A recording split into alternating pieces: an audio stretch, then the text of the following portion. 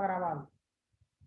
Decíamos, vamos a hablar hoy, ¿verdad?, sobre la parte de la escatología.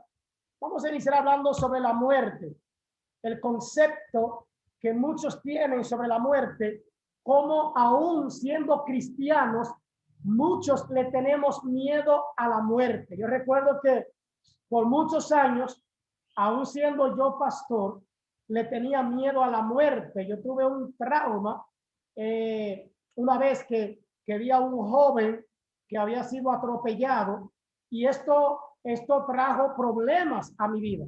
Y aún yo sabiendo de la esperanza que tenemos en Cristo Jesús, que en Cristo aún el que esté muerto vivirá, cuando el Señor dice que Él es la resurrección y la vida, pero yo tenía yo tenía miedo con este tema de la muerte. Entonces, la muerte, tenemos que entender que es una realidad. La muerte es una realidad. No hay manera de que nos libremos de la muerte. ¿Alguien puede buscar en la segunda carta a los Corintios, capítulo 5, versículo 1 al 5, por favor? Alguien más va a buscar en Efesios, primera carta de Tesalonicenses, capítulo 4, 15 al 18. Por favor, vayan buscándolo para que vayamos leyendo estos textos. Tenemos tiempo para leer estos textos. También Efesios, capítulo 2, 1 al 2, y Apocalipsis, capítulo 21, versículo 8. Repito, segunda carta a los Corintios, capítulo 5, 1 al 5. Primera carta a los Tesalonicenses, capítulo 4, versículo 15 al 18. Efesios 2, 1 al 2. Y Apocalipsis 21, 8. Es para hablar concerniente a la muerte, de manera escatológica. Vamos a verlo desde esa manera. Si alguien tiene la segunda carta a los Corintios 5, 1 al 5, por favor, puede leerlo. Abrir su micrófono y leerlo, por favor.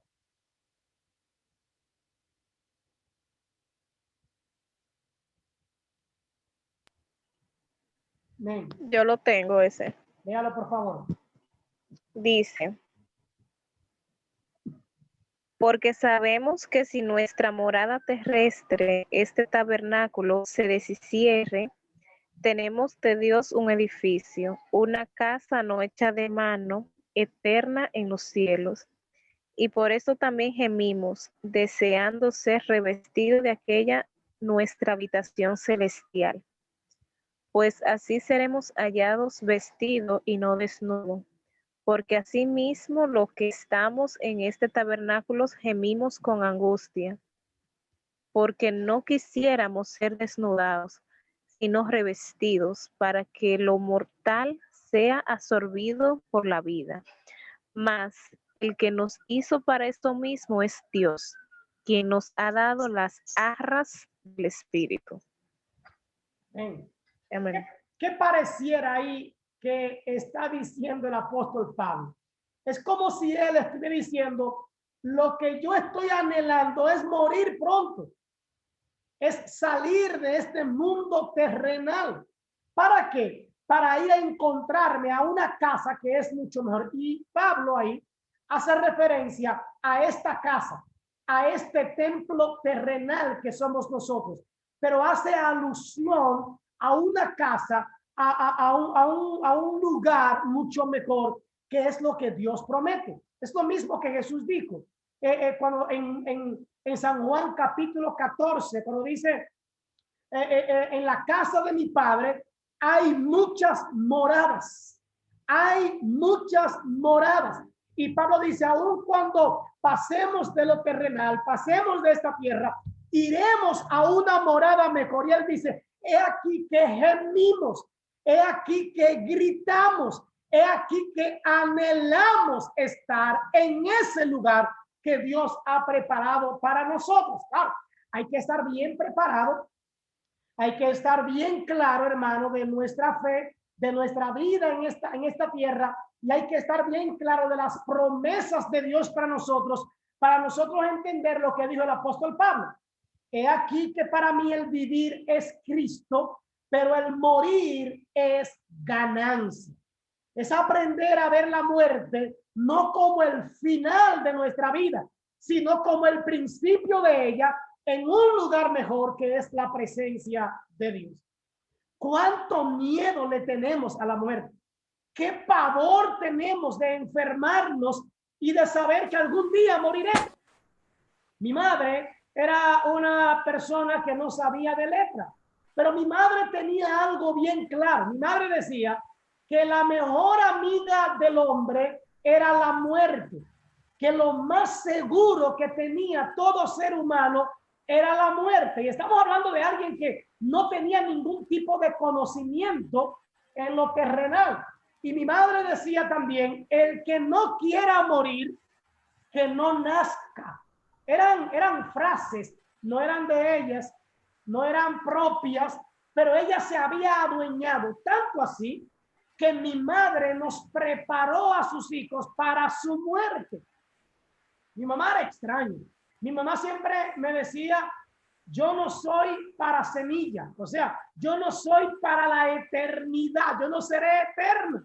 Tú tienes que saber que algún día yo he de morir y yo te estoy preparando para que tú sepas de eso. Paradójicamente, mi mamá siempre nos preparó para su muerte. Mi mamá nos decía, tú tienes que saber que los padres no están preparados para ver a sus hijos morir y que la lógica es que los hijos enterraran a los padres. Mi mamá nos preparó para verla morir y saber que algún día iríamos a enterrarla. Oye, qué extraño. Una mujer sin conocimiento de Dios, una mujer que no conocía las escrituras, pero una mujer que estaba clara de lo que todo ser humano tiene seguro, que es la muerte. Pero para el cristiano, la muerte no es el fin, es el inicio de algo que puede ser mejor o que se puede empeorar dependiendo de nuestra vida y dependiendo de nuestra aceptación o no a Cristo Jesús. Amén. Entonces la muerte es una realidad para todo ser humano. El autor aquí dice, excepto para los creyentes vivos, a la venida de Cristo, que es lo que dice el apóstol Pablo en la primera carta a los Tesalonicenses, capítulo 4, versículo 15 al 18. ¿Quién lo lee, por favor?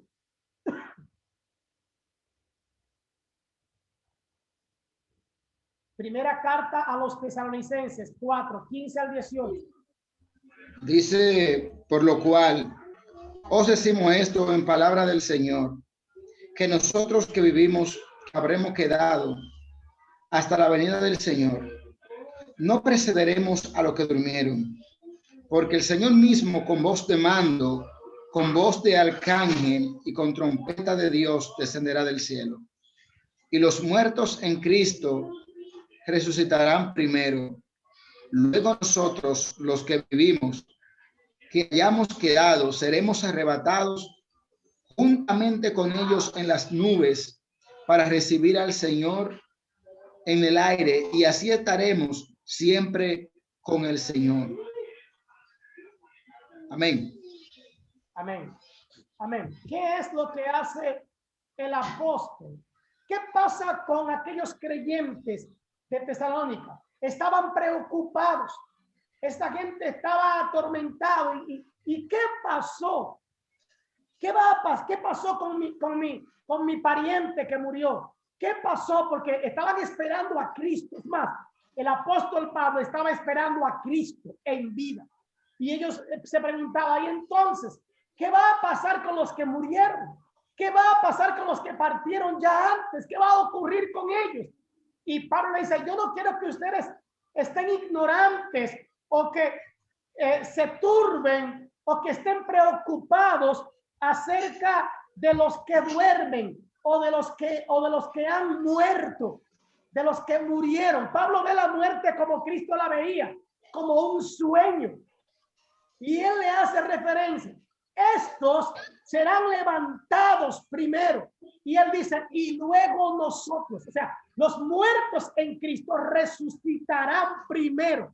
Esa es la esperanza. Eso es lo que nosotros entendemos ha de ocurrir. Nosotros, los que vivimos, estamos esperando la venida de Cristo Jesús, la segunda venida. Y esto lo vamos a tratar más adelante.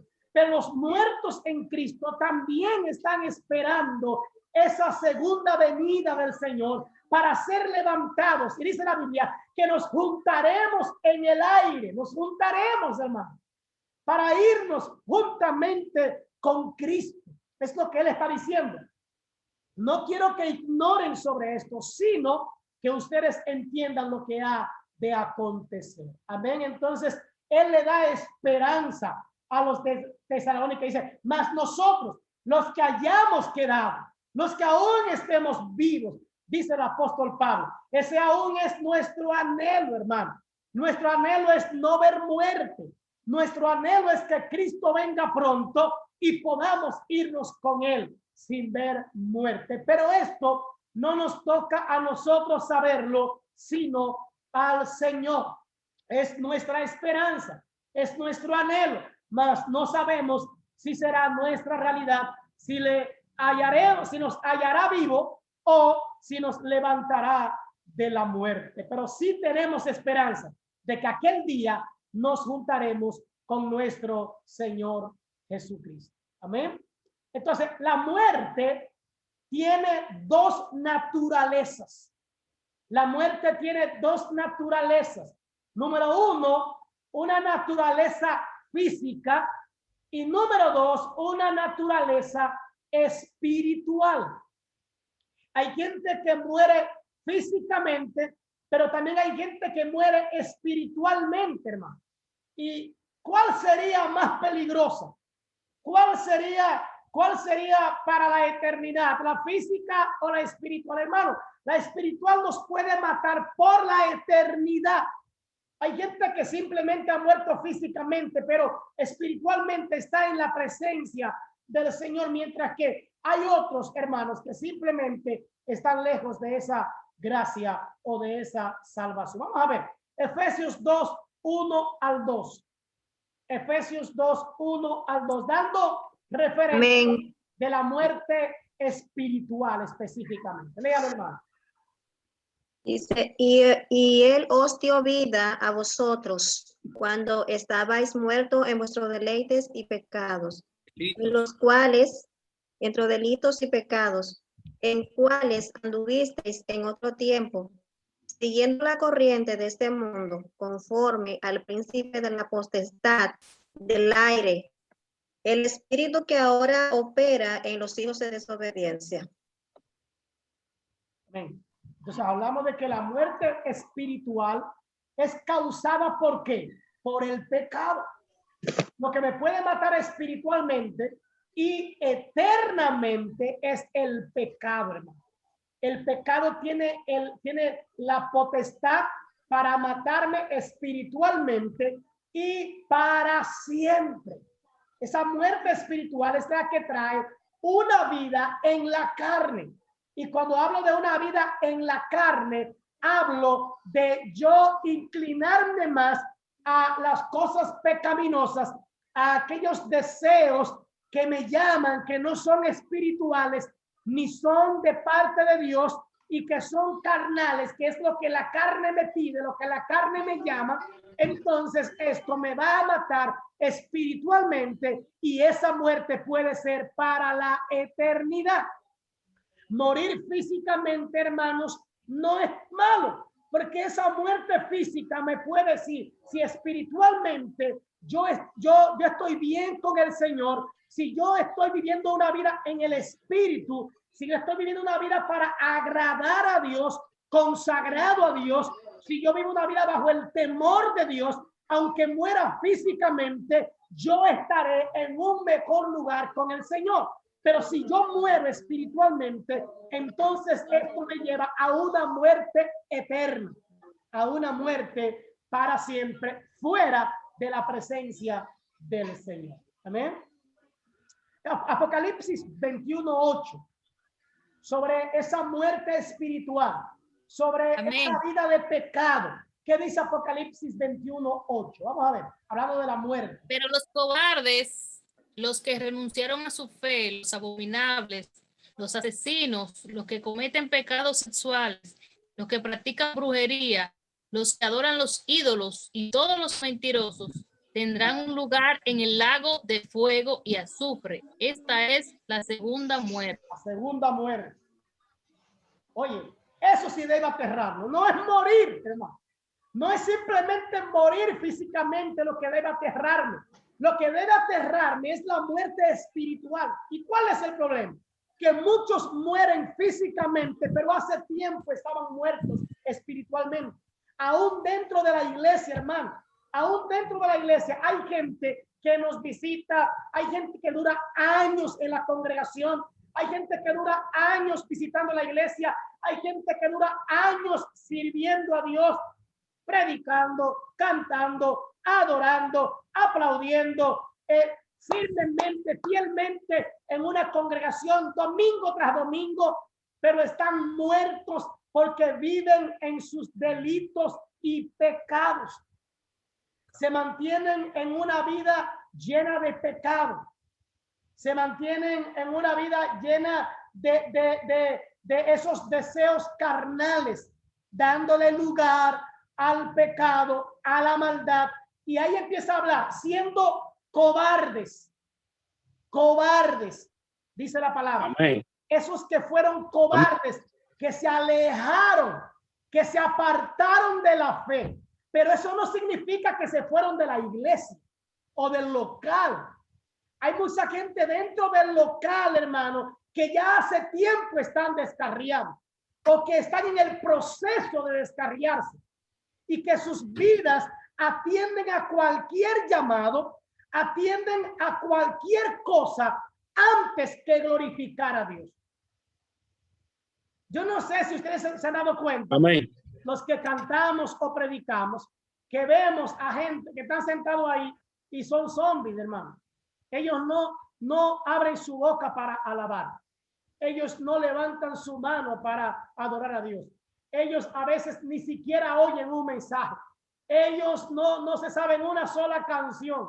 Mi esposa y yo decíamos, mi esposa me decía en esta semana que es alarmante el ver en la iglesia a personas que durante mucho tiempo no se aprenden una canción, un coro, que no pueden participar en el momento de la alabanza, aunque le pongan en proyección las canciones. Ellos no conocen las canciones, ellos no conocen las letras, y esto nos lleva a pensar que en sus casas, hermano, esta gente no pone música cristiana, que en su casa esta gente no tiene un momento para oír alabanzas, que los afanes están tan afanados, están viendo películas, están viendo series, están en muchas cosas en los afanes, pero no pueden oír una alabanza, una canción.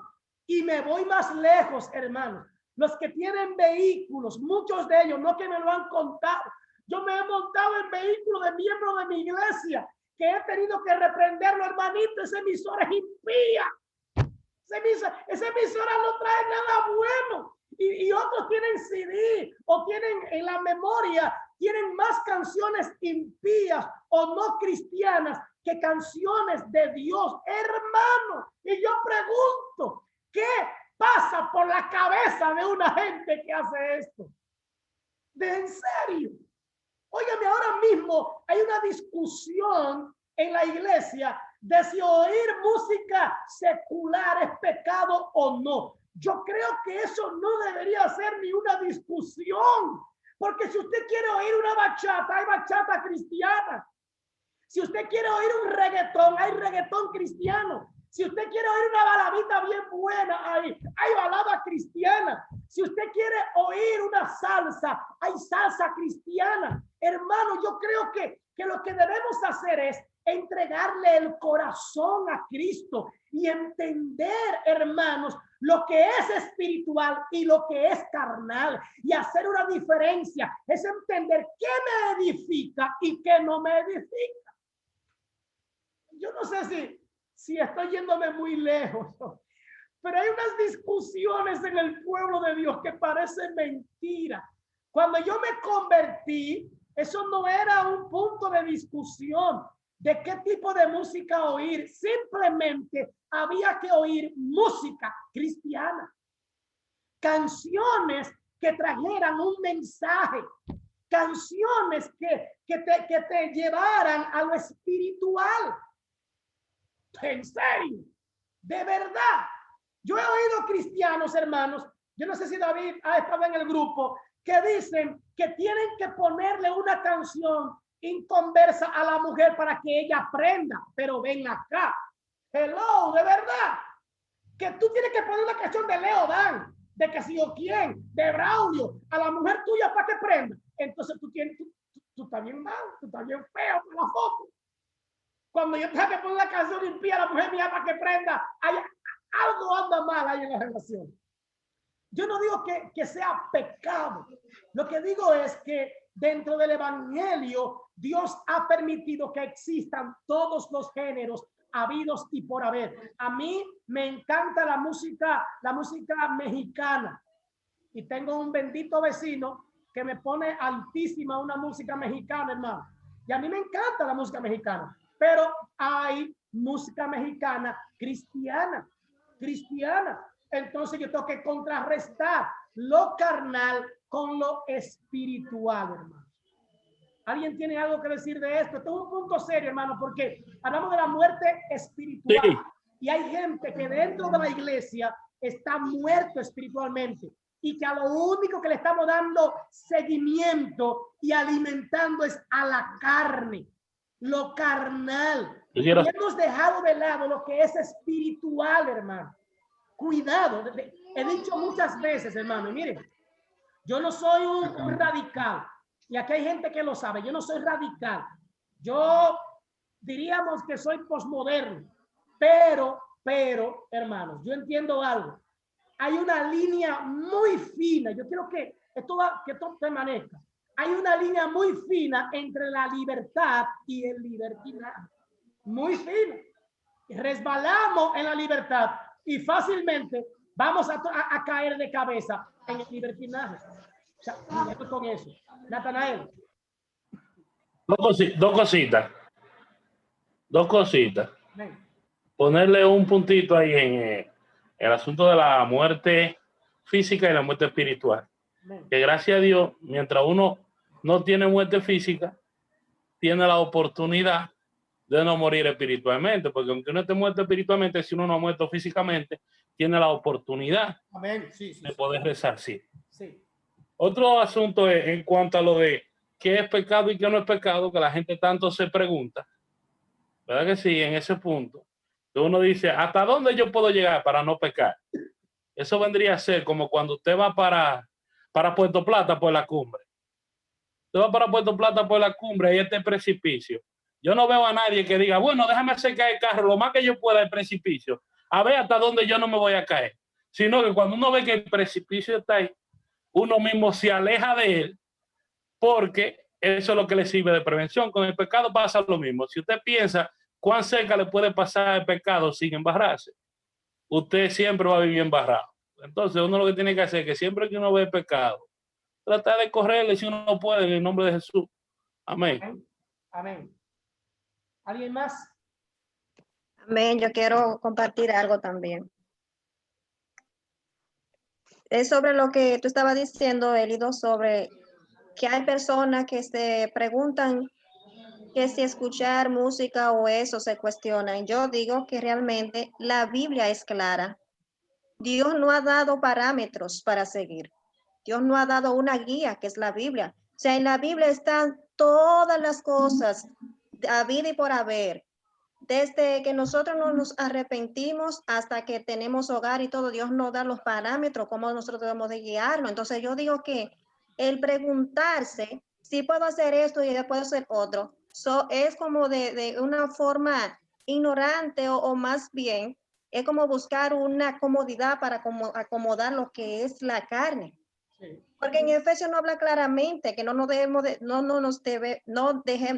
podemos llevar sobre nuestras pasiones carnales y que no podemos correr como corre el mundo. Amén. Porque estamos aquí en el mundo, pero no somos del mundo. O sea, hay versículos que son tan claros, o sea, hay base bíblica tan clara que realmente no nos debemos de preguntar si puedo o no puedo hacerlo. Porque aquí está en la Biblia, están las normas, están los principios a seguir. Amén. Y los que preguntan es porque quieren hacer. Mire, hermano, yo no quiero que lleguemos. Yo quería decir algo. Ahora, yo no quiero que ustedes piensen que yo condeno al que hace ciertas cosas. Yo no lo condeno. Ahora, si tú quieres hacerlo, hazlo, pero no me preguntes. Pastor, ¿es pecado hacer esto? Pastor, es pecado porque en tu corazón tú quieres hacerlo. ¿Entiendes? Entonces, yo digo, tú quieres una canción romántica, ponte a Rabito. Pon a Rabito ahí, que tiene muchísimo. Búscate hay muchos artistas cristianos que le han cantado a Abraham Velázquez también. Sí, que le cantan al amor. Óyeme, un mundo diferente es el que Dios me dio. Sí, yo le canto a la mujer mía. Entonces, claro, ahora, hay otras personas que se van muy lejos con este asunto. Yo quiero creer que pecado no es, voy a aclarar, pecado no es que yo oiga un ejemplo a Leo Dan, pero ¿en qué me edifica oír a Leo Dan?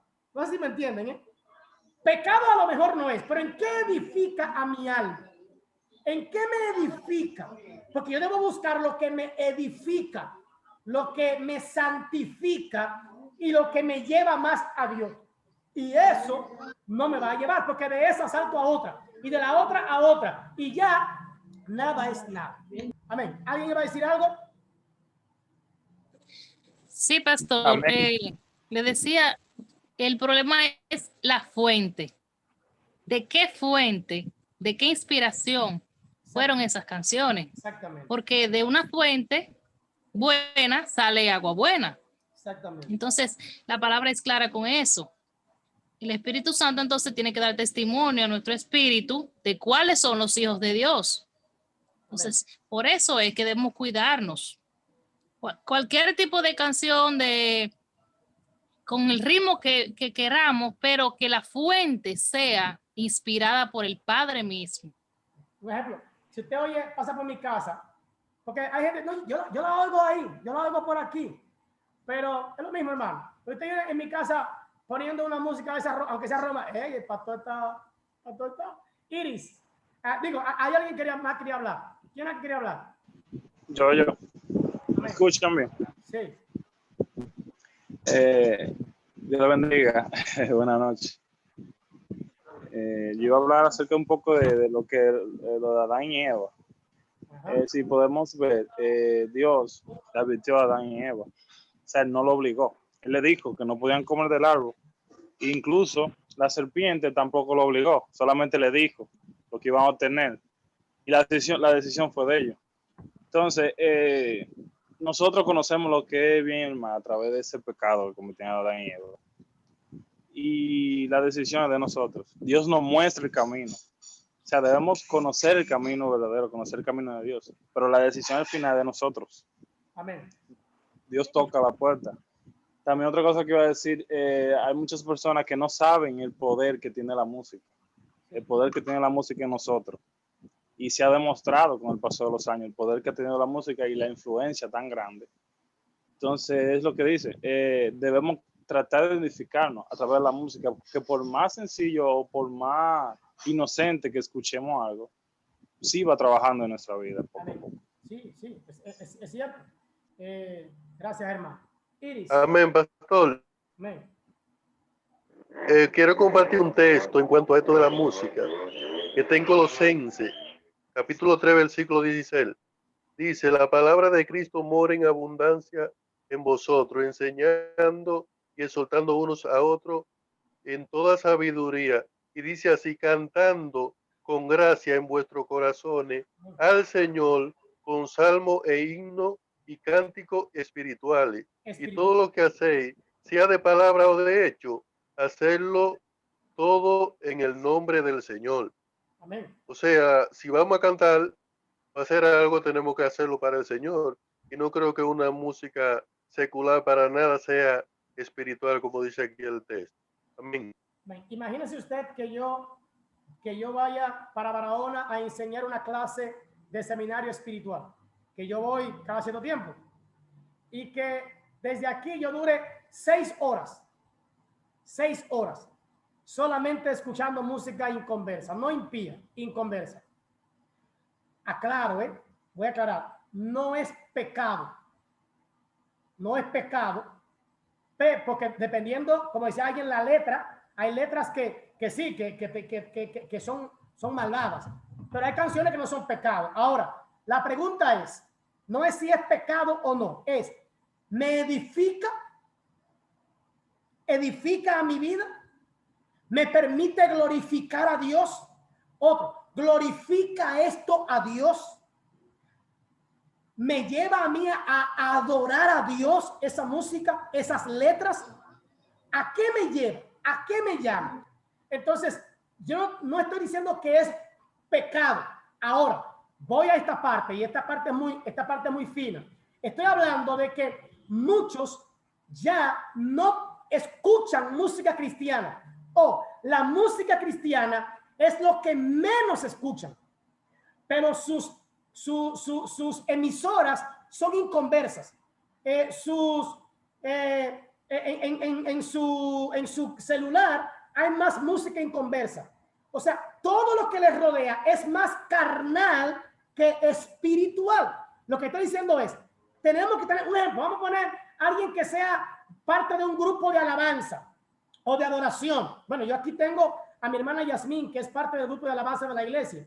Imagínense que en el caso, perdóname Yasmín, voy a poner el caso de Yasmín, y que Yasmín nada más tenga en los oídos ahí música inconversa.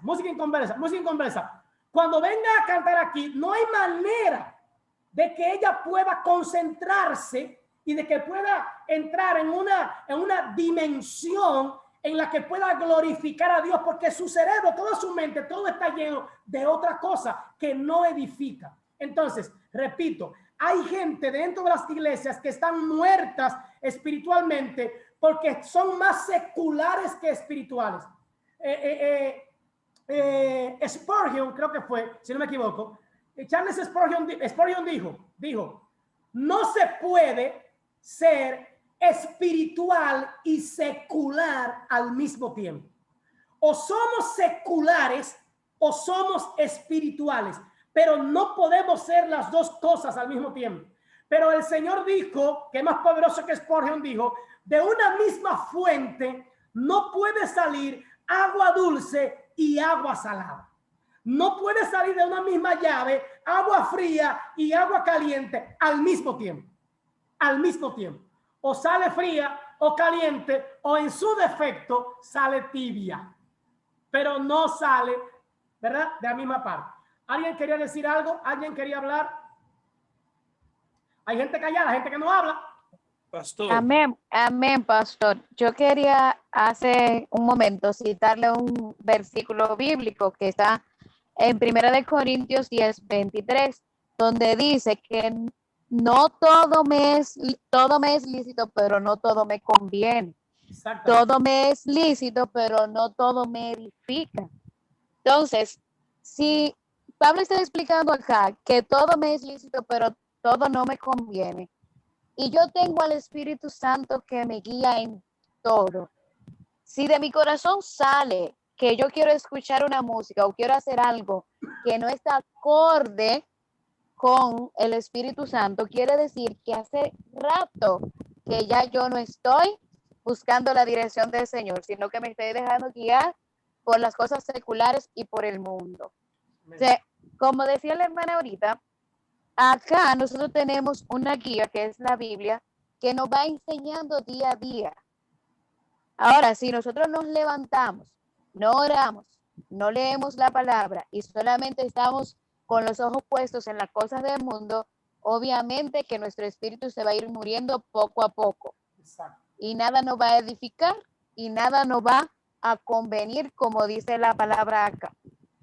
Amén. O sea, gracias por el texto. O sea, Yo puedo escuchar música. Amén. Hermano, yo, lo que dice la hermana, según el texto, yo puedo. ¿Quiere decir algo? Ahora, me es lícito. O sea, yo puedo escuchar música inconversa, secular. Ahora, no me conviene. ¿Entiende eso? ¿Puedo disentir un poco? Hablo, te puedo hablar, no hay problema. O sea, en este caso, por ejemplo, no estoy en contra, que se sepa que no estoy en contra, No hay problema. porque se está hablando con base bíblica y todo es verdad. Pero también no estoy totalmente en contra, por ejemplo, de lo contrario, porque en mi caso, lo que me trajo a la iglesia fue una música secular, por ejemplo. Por ejemplo, o sea, es mi caso. Sí, sí. Yo escucho mucho, por ejemplo, Silvio Rodríguez, Serrat, yo escucho ese tipo de música, y esa fue una de las razones y los motivos que me ha hecho más encajar en la iglesia. Por ejemplo, porque los ideales que yo persigo y que me agradan y en lo que yo me acoplo, lo más cercano a esos ideales está en el seno de Jesús. Sí. Por No, ejemplo, que es el amor al prójimo, el entender la igualdad, la equidad y ese tipo de cosas. El amor a Jesús es lo que está más cerca de eso. Y eso fue lo que me hizo hacer la transición de pasar del mundo a las cosas de Dios. Entonces, ya cuando yo estoy de este lado, también empecé a consumir la música cristiana, y eso me hizo aplicarme más y asentarme más en lo que estoy. Amén. sí. Hay cosas que no entiendo, pero voy a tratar de ver si entendía. Escucha. Hay cosas que pueden ser un medio. Hay cosas que pueden ser un medio. Por ejemplo, yo vine al evangelio por una guerra. La guerra del Golfo Pérsico. Esta guerra me hizo a mí entender el poder, la autoridad, la grandeza de Dios. Pero eso no significa que la guerra sea buena. No sé si podía entender.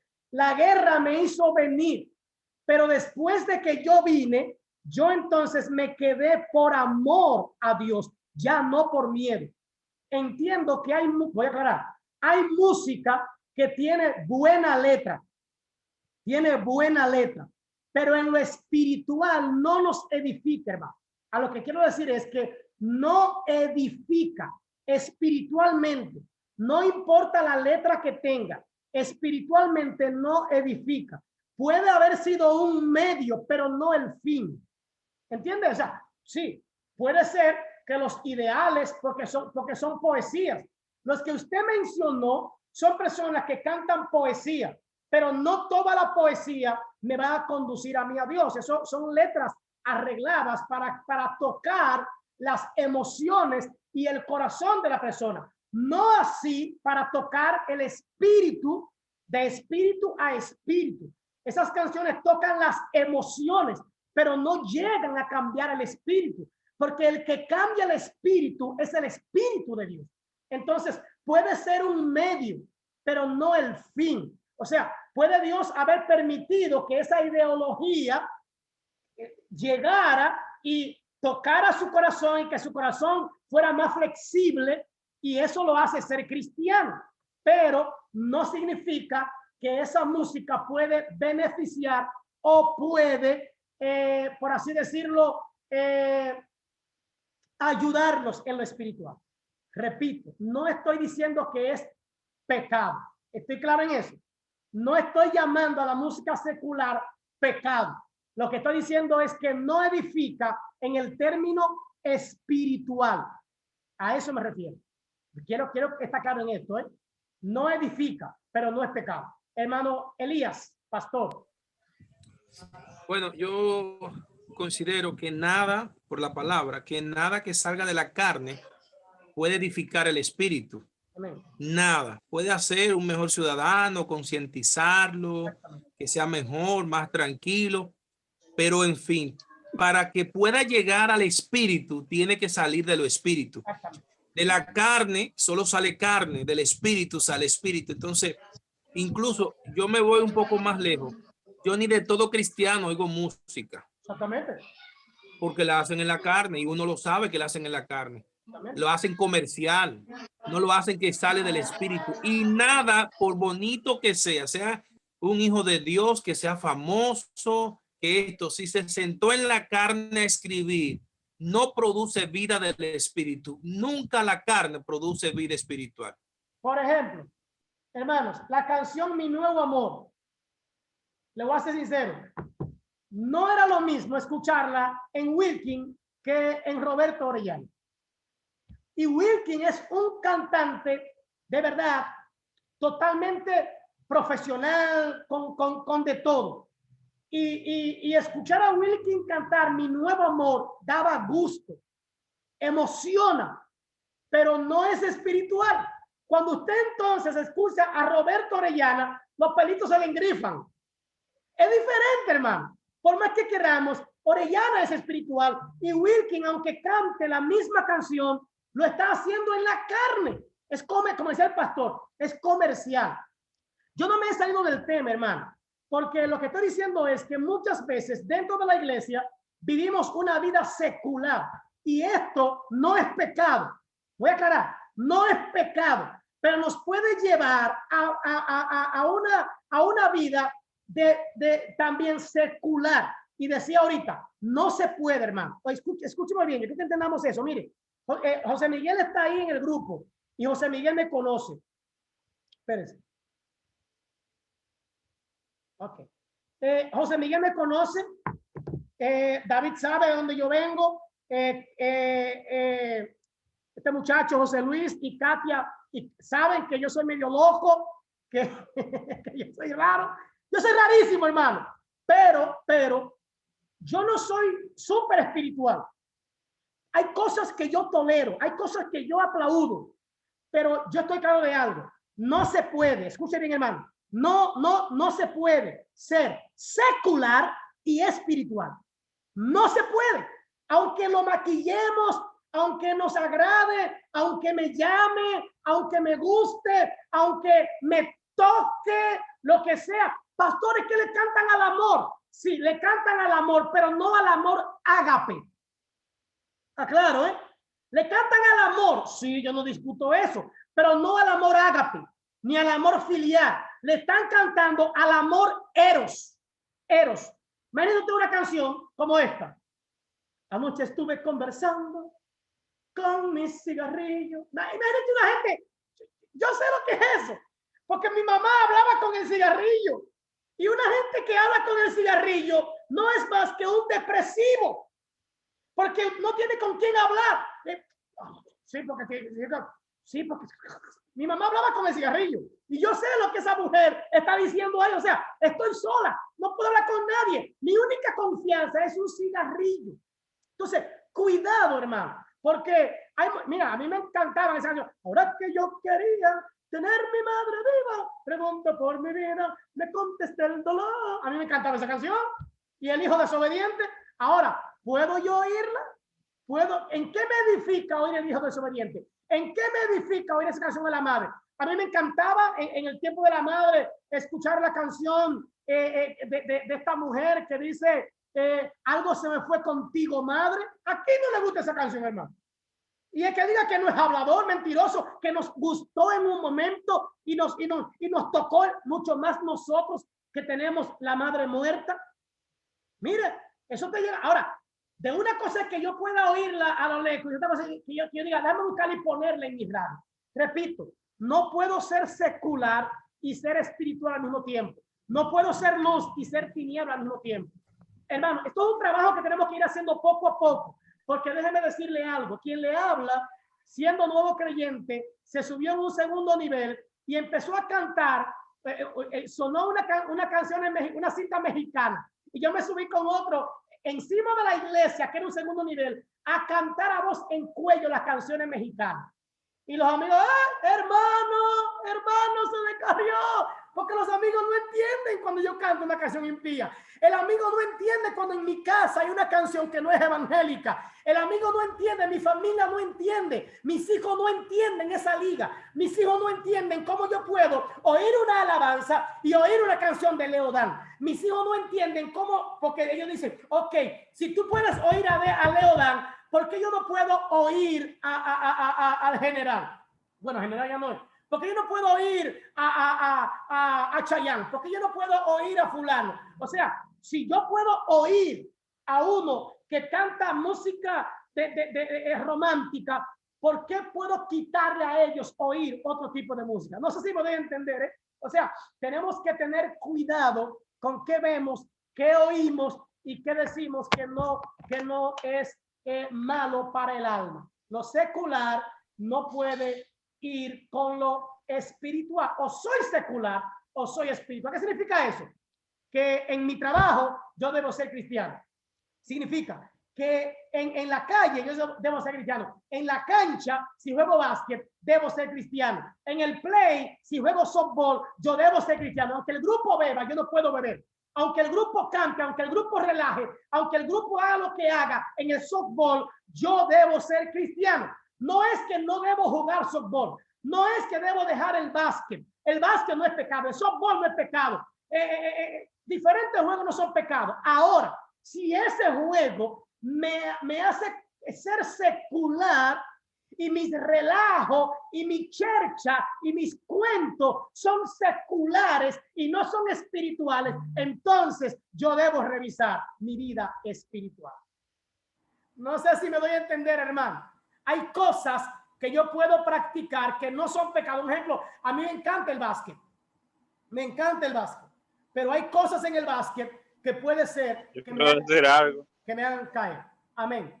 ¿Dice usted algo? Salimos del tema y continuamos la clase con okay. Cuando yo practicaba béisbol, sí.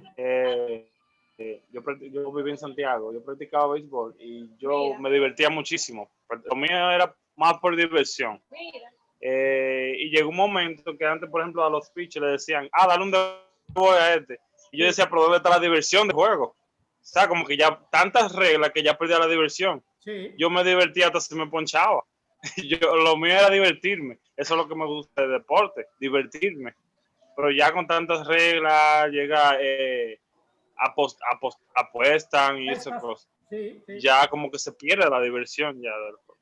Bueno, cuando tú sabes que alguien te dio un debol intencional, de verdad, eso te va a enojar y te va a llevar a otra cosa. Entonces, ciertamente el deporte no es pecado. Ahora, ¿con quién lo juego? Y cuando lo juego con inconversos, ¿quién soy yo ahí? ¿Soy secular o soy espiritual? ¿Soy el mismo que canta, el mismo que predica, el mismo que alaba a Dios, el mismo que toca, o me convierto en otra cosa? Entonces, cuidado con eso, hermano. Amén. Hay un estado intermedio, se habla de un estado intermedio en la muerte. ¿Qué pasa después que morimos? Y vamos otra vez a la parte de atrás. Si soy secular, ¿qué pasa conmigo cuando muera? Y si soy espiritual, ¿qué pasa conmigo cuando muera? Repetimos otra vez. O soy secular o soy espiritual. No hay término medio, hermano. No hay término medio. O soy de un lado o soy del otro lado. ¿Qué pasa después que morimos? Hay tres puntos de vista. Tres puntos de vista. Un punto dice que el alma duerme. El alma duerme. ¿Ven? 1 Tesalonicenses 4:16, Juan 11:11. Hay otros que dicen que el alma va al purgatorio. Al purgatorio. Hay otro aquí que dice que va con el purgatorio, que hay otra parte, son 4. Hay muchos, pero yo tratar de este otro que dicen que el alma va al limbo. ¿Sabe quiénes hablan del purgatorio? Los católicos. ¿Quiénes hablan del limbo? Los mormones. El católico dice, ¿verdad? Que tú vas a, bueno, uno dice, tú vas a dormir. Jesús habló de la muerte como un sueño. Hay otro que dice que van al purgatorio, o sea, van a un lugar donde tú con rezos y plegarias, con 7 años, lo sacas de pena y lo llevas a descansar. Muchos de nosotros creímos eso en un tiempo. los mormones dicen que van al limbo. O sea, ni van al cielo, ni van al infierno. Van a un lugar donde están esperando que pase algo.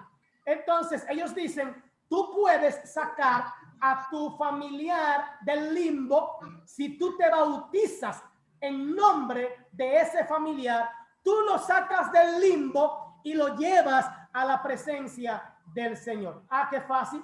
Pues entonces yo le voy a pagar a alguien para que sea mormón, ¿verdad? Voy a tener 2 o 3 compadres que sean mormones o católicos para que me hagan esos ritos y me saquen de pena y me lleven a descansar. Sería más fácil que estar siendo evangélico por mucho tiempo y suprimiendo la carne y dejando de tener ciertos placeres que el mundo me da. Mientras que otros dicen que el individuo sigue estando consciente en un lugar, ¿verdad? Bien, entonces, ¿cuál es el lugar donde nos enfocamos?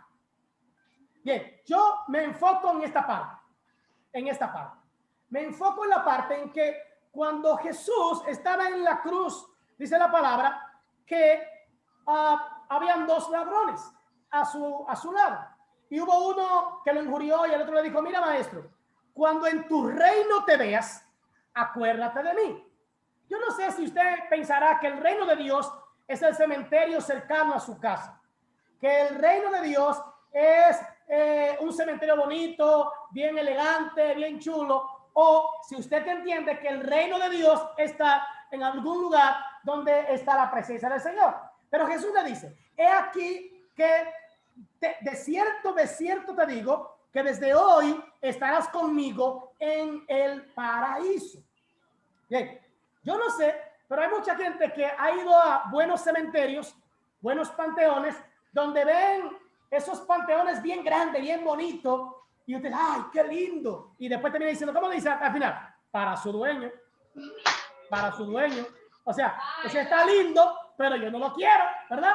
No importa cuán linda sea una tumba, no importa cuán lindo sea un panteón, nunca lo vemos como un paraíso. Entonces, yo soy de los que creo que al morir la persona, y lo digo en alusión a lo que Cristo dijo, que cuando murió el rico fue a un lugar de tormento y cuando murió Lázaro fue a un lugar al seno de Abraham, y que ambos estaban conscientes, tan conscientes que el rico le dijo, mándalo que pase su dedo por mis labios porque me estoy quemando, esto aquí está caliente. Y él le dijo, ni tú puedes pasar de aquel lado, ni él de este lado. O sea, hay un lugar. Y Jesús le dijo a este hombre que este lugar se llama el paraíso, ¿verdad? Yo digo, pienso yo dentro de mi locura, pero como dijo Rafi Colón, soporten mi locura si creen que estoy loco. Yo creo que eso es como una antesala del cielo. Usted sabe que una buena casa de los ricos, no es la mía, pero la de los ricos, hay una antesala y hay una sala. Y desde la antesala, casi en ninguna usted ve lo que hay en la sala. Pero en la antesala, bien bonito, bien cómodo, bien chévere. Y es el primer lugar donde entran los invitados. Y cuando usted ve la antesala, dice, oh, si esto es así, yo no sé cómo será más para allá. Si esto es tan lindo aquí, me imagino más para allá. Entonces se empieza a emocionar y se empieza... y te llevan, un ejemplo, los que van a un resort, cuando van al resort, ¿verdad? Que a usted no lo atienden de una vez, a usted no lo llevan de una vez al lugar donde está la comida, ni a la habitación, ni eso. Lo dejan en el lobby. Yo quiero creer que el paraíso es como el lobby del cielo, ¿verdad? Es el lobby. Cuando usted llega a un resort que es malo, no le dan ni la bienvenida. Usted llegó y, ok, tú llegaste a la fila y ya, pero cuando usted llega a un buen resort, le dan una toallita blanca. La primera vez yo dije, ¿qué habrá aquí adentro? Yo dije, esto es para comer. Y cuando yo me cuento esta bendita toalla que está tibia, dije que para que yo me la pase, dije para que yo me seque el sudor. Digo, no, esto es un relajo, de verdad que sí, que esto es un relajo esta toallita. Pero tú piensas, si aquí hay toallita, ¿qué habrá más allá? Y te atienden con una copita y un juguito y una cosita. Y, oye, tú dices, no. Si esto es aquí, yo me imagino cuando pasemos de ahí para allá. ¿A alguien le ha pasado así? A mí me ha pasado así. Yo llegué a un hotel un día que me atendieron y toallita y un juguito y esto y bienvenido. En otro hasta nos hicieron nos pusieron un grupo de gente a hacer un canto folclórico.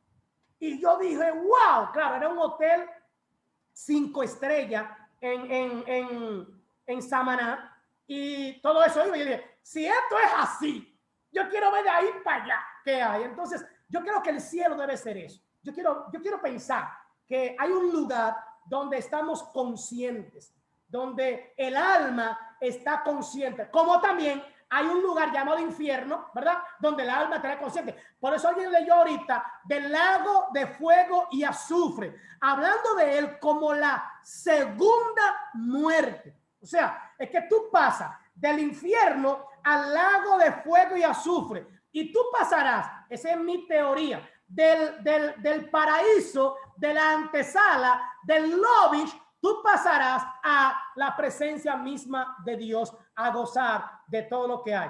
Si tú fuiste fiel, tu lobby será bueno. Habrá brindis, habrá un grupo de gente que te la va a hacer fácil, que te va a alegrar la vida. Pero si tu toallita fresca para que no te dé mucho calor. Pero si no fue buena, usted se va a calentar y te va a decir, bueno, si esto es así aquí en el infierno, yo no quiero imaginarme en el lago de fuego y azufre. Entonces será igual. Es como yo quiero verlo de manera jocosa. Pero hermanos, tenemos que prepararnos para eso. Amén. Entonces, nosotros creemos. ¿En qué creemos? En que después de la muerte hay una resurrección de entre los muertos. Eso es derrotar a la muerte. Amén. Derrotar a la muerte. Recordemos que Cristo Jesús rompió el acta de los decretos y él venció a la muerte en favor nuestro. Y él es la primicia. Dice, él es la primicia de los que han resucitado. ¿Alguien puede buscar rápidamente 1 Corintios 15, 20 a 28?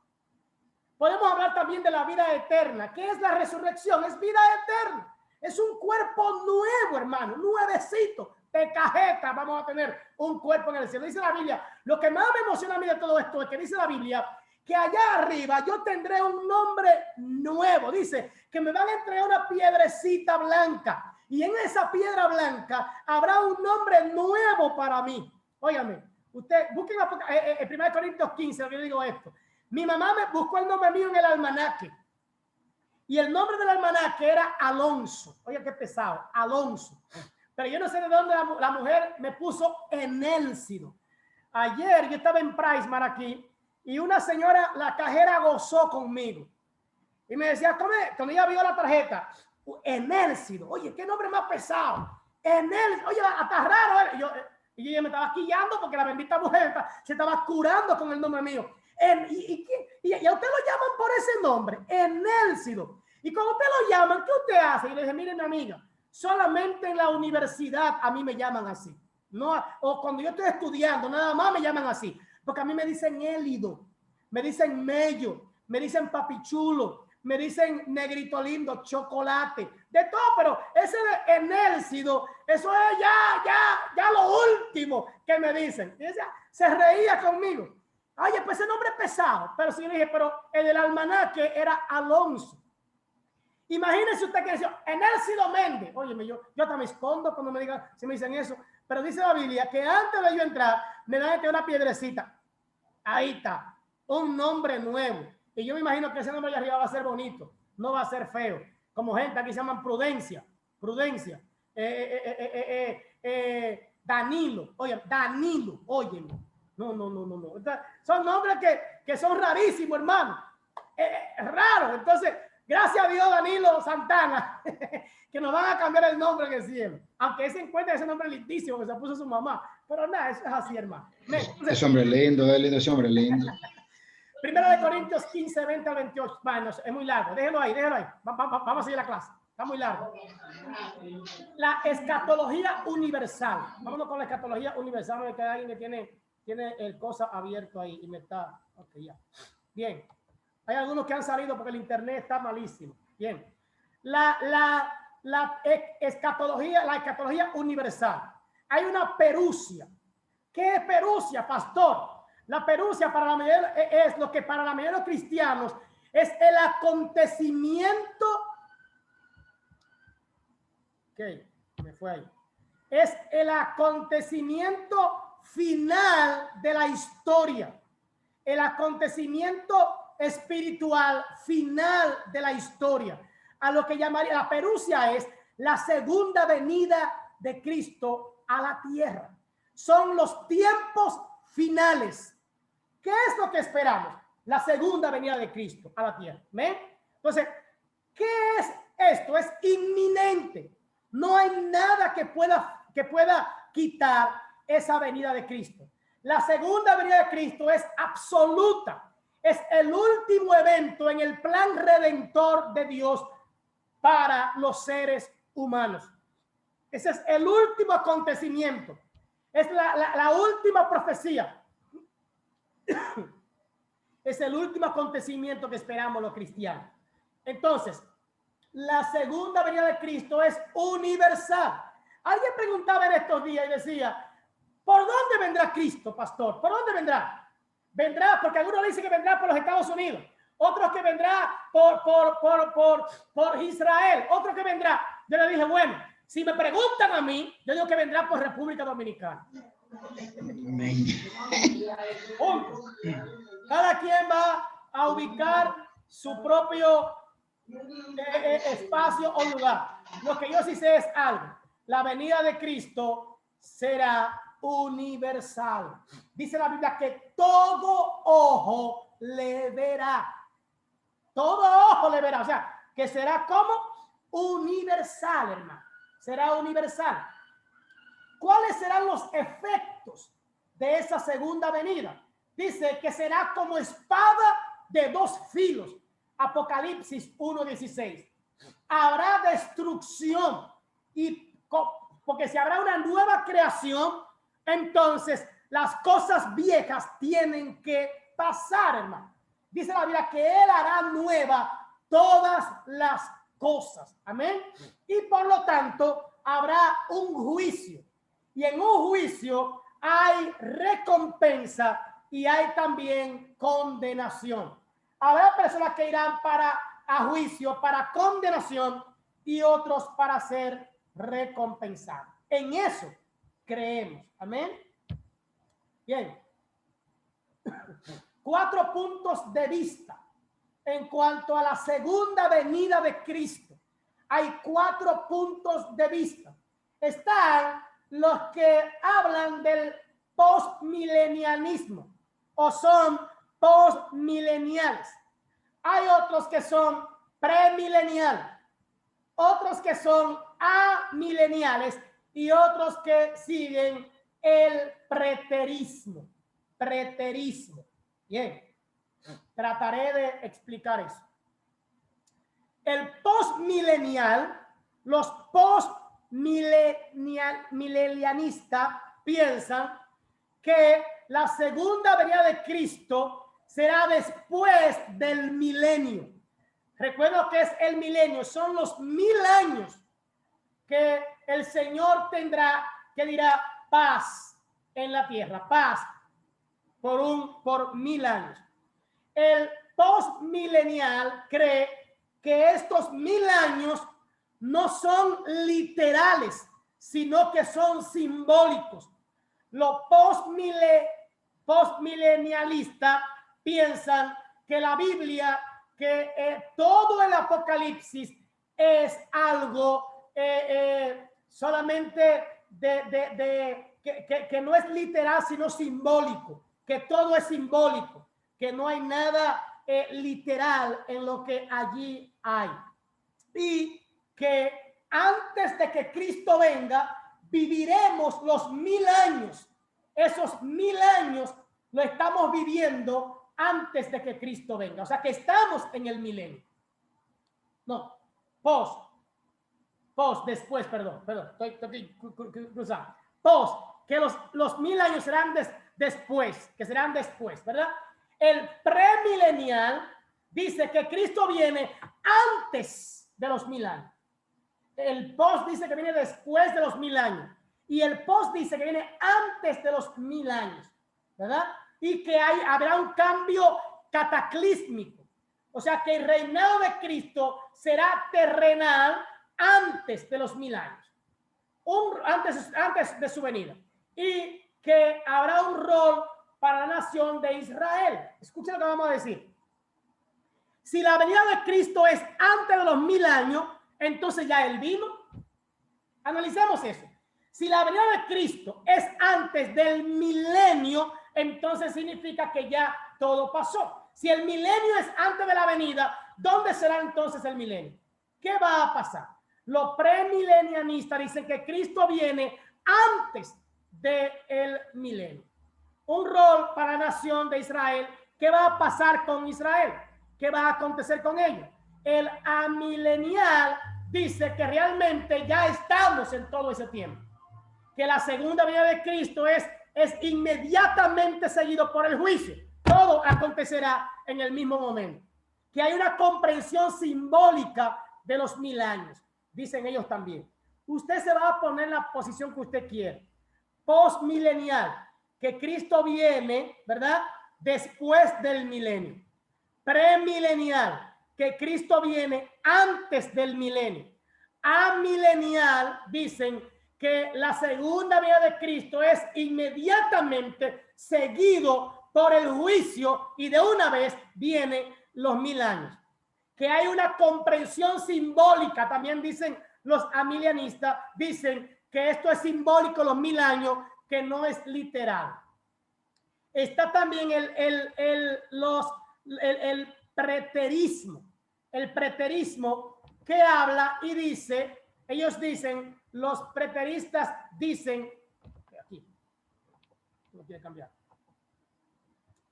Ellos dicen que realmente las profecías de Apocalipsis no son reales, que son simples historias, que todo es una historia y que nos hemos envuelto en un cuento, pero que desde el Génesis todo es historia, una historia que nos han contado, pero que no es real. Entonces tenemos el preterismo que dice que es historia, tenemos el reino, que este tiempo de los últimos días, la última hora, un momento de tensión para el creyente, y tenemos la perusia, ¿verdad?, que habla sobre la segunda venida de Cristo, sobre ese momento del levantamiento de la iglesia, y entonces viene, ¿verdad?, lo que es la tribulación, viene ese tiempo en el que hay una participación del anticristo, viene ese tiempo de 3 años y medio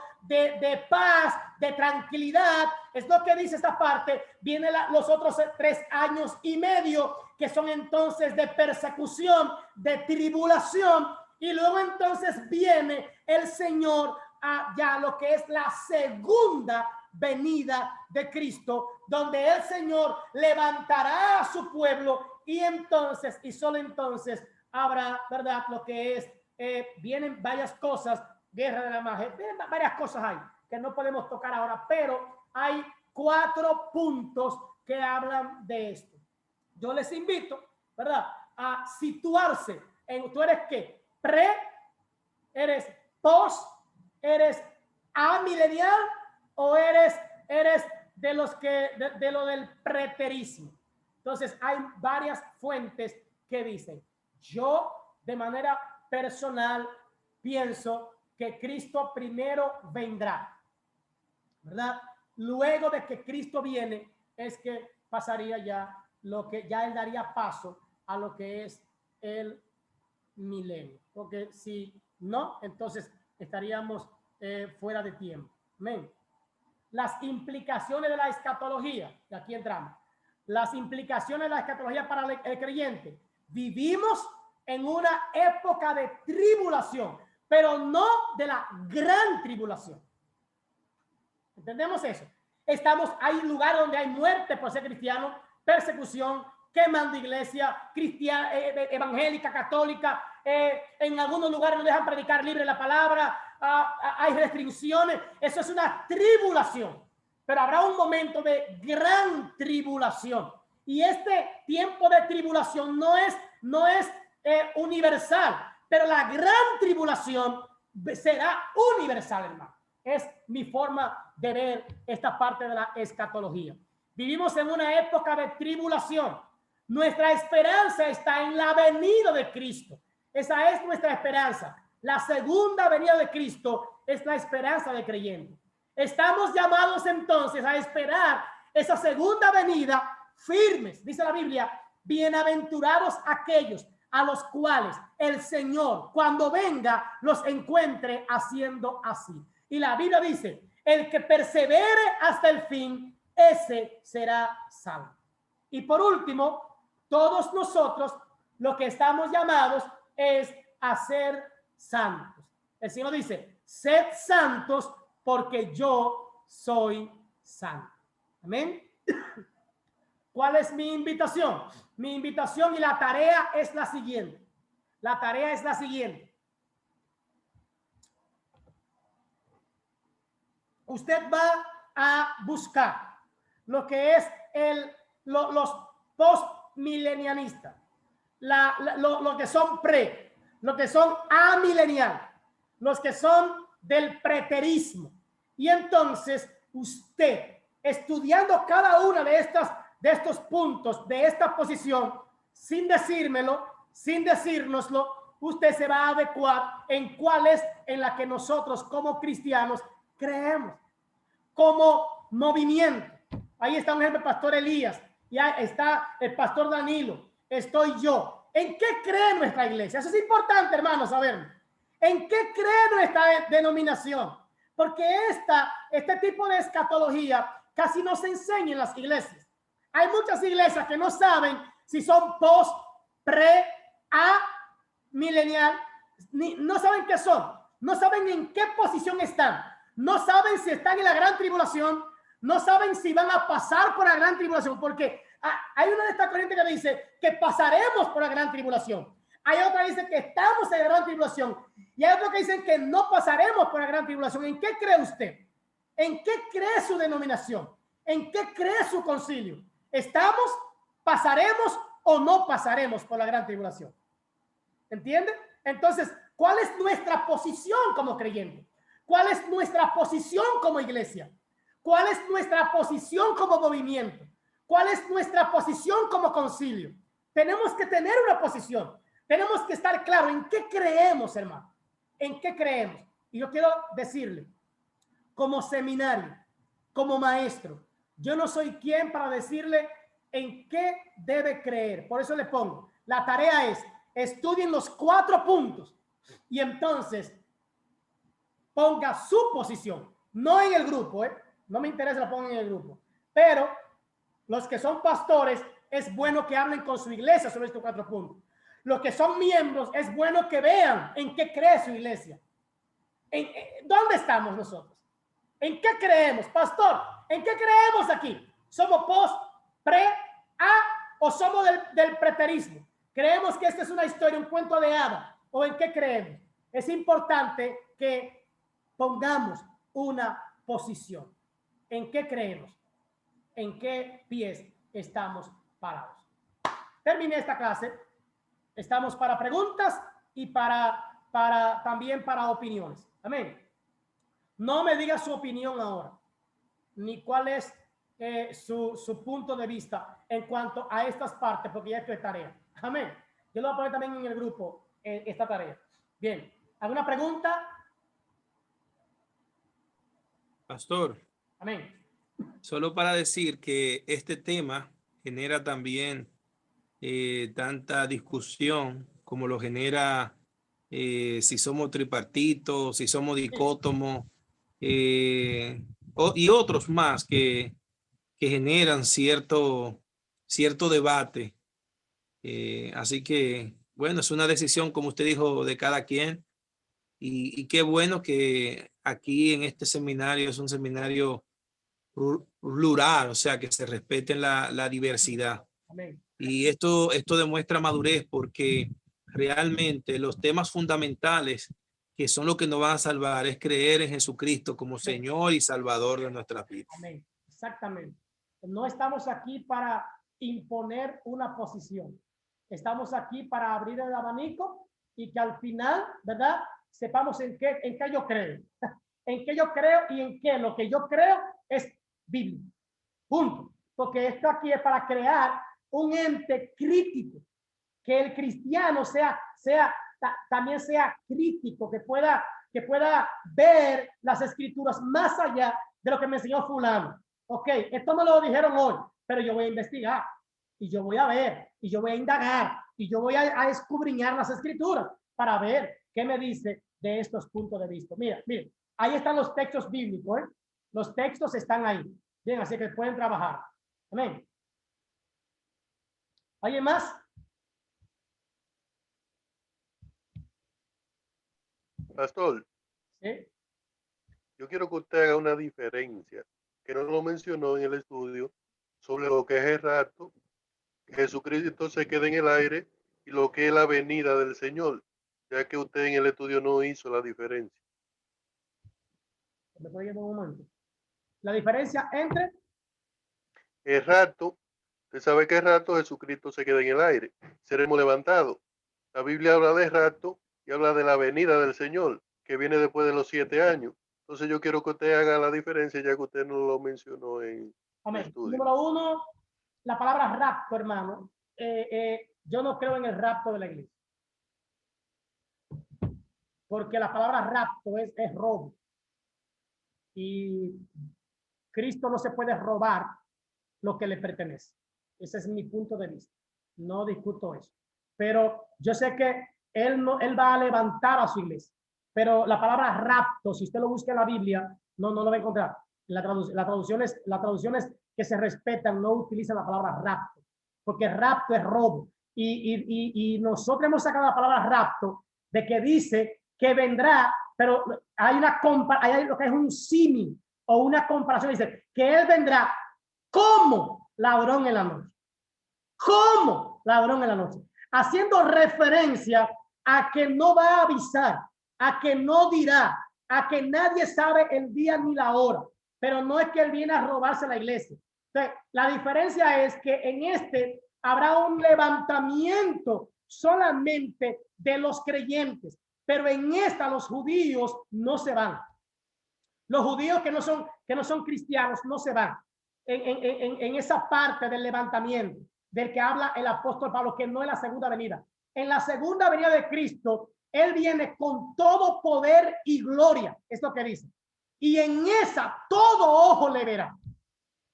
En la parte cuando él levanta su iglesia, ahí no todo ojo le verá. Ahí no va a ser todo ojo. Ahí nos encontraremos con él, que es lo que dice el apóstol Pablo. Pero ya en la segunda venida, entonces será universal. Esa es la diferencia. Segunda venida será universal. El levantamiento no es universal. Es universal como para los cristianos, donde quiera que estén. Pero no será para todo, en el sentido de que los judíos, lo que esperan es la segunda, no la segunda, la primera venida de Cristo. Los judíos esperan la primera venida de Cristo. Nosotros esperamos la segunda venida de Cristo. Entonces, la diferencia está en que después de este levantamiento viene lo que son los 7 años, ¿verdad? Que habla, donde ahí entra la persecución, ahí entran todo el anticristo, todo eso que está en el libro de Apocalipsis. Y de entonces es que viene la segunda venida, donde ya sí, dice la palabra, que él viene ya a implantar un reino. En el levantamiento de la iglesia no hay ese poner el reino de Dios. No, todavía no está ahí. No sé si me doy a entender.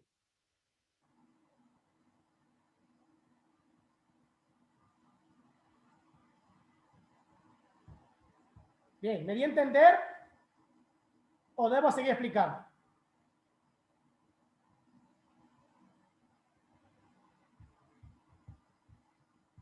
No oigo.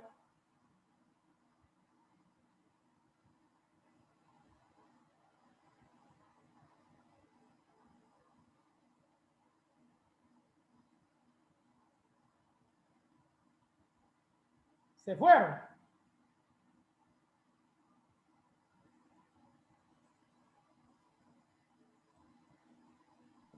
Amén, amén.